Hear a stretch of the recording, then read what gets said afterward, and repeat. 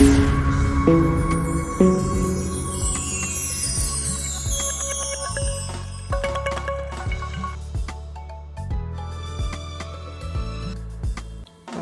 want to bless the name of the Lord for another opportunity to share some important topics with you today.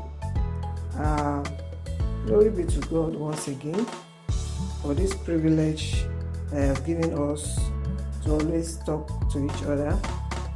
Today we just want to be talking about train up a child. Train up a child that we talk about is not going to be only one particular gender.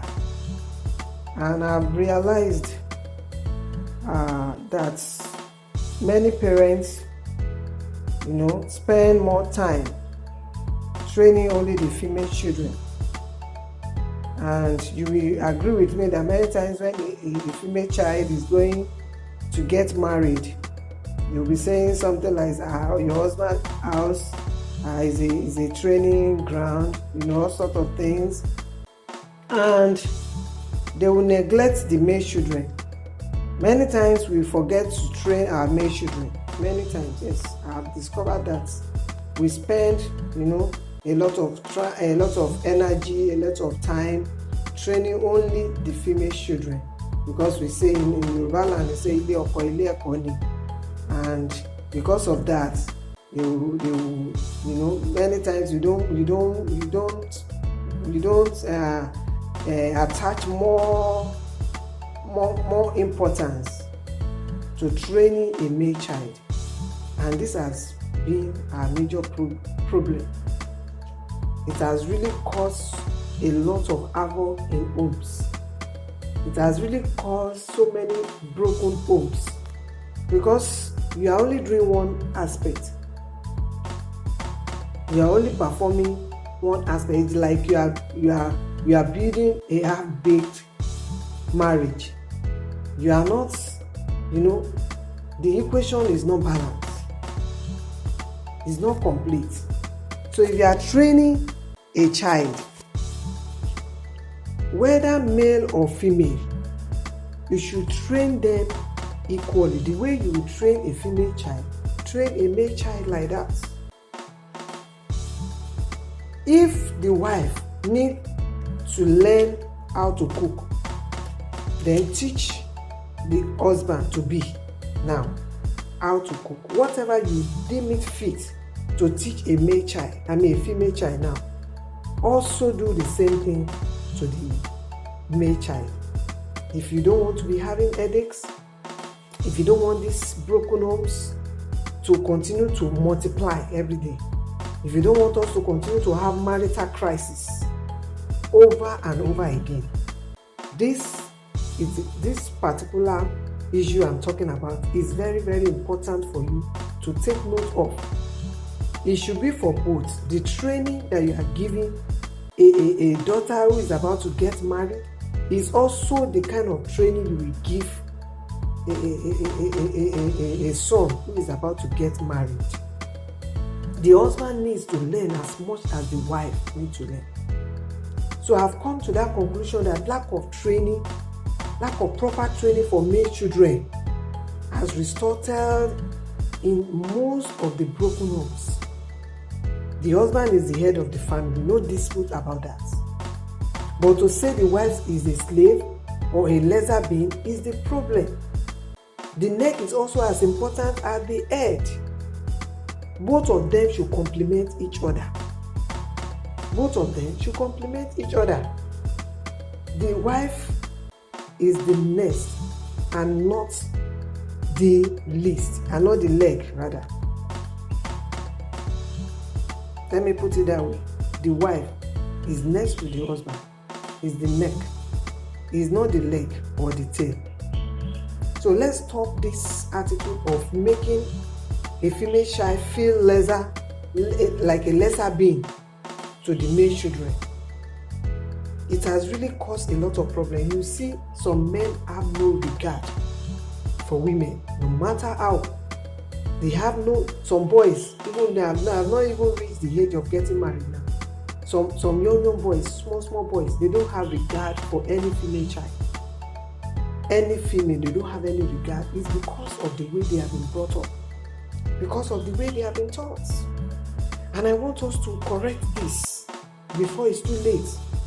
A lot of havoc has been committed, a lot of mistakes have been done by many of our parents, which I want us to correct in our next generation, in our own generation, so that the kind of problem that we are facing right now in home do not continue.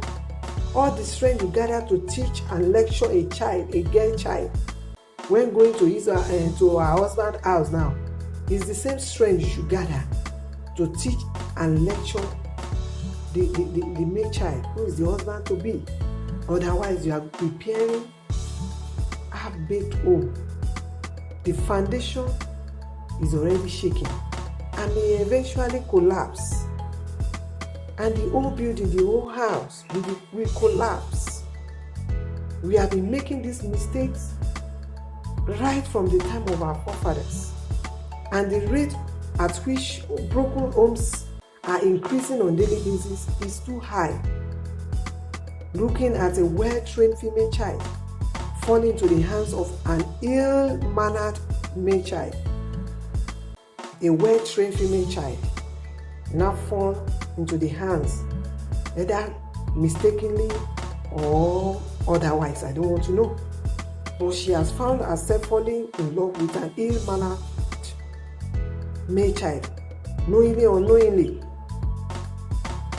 You agree with me that's untrained male child will frustrate the life of a well-mannered child, of a well-mannered female child that you have trained so much.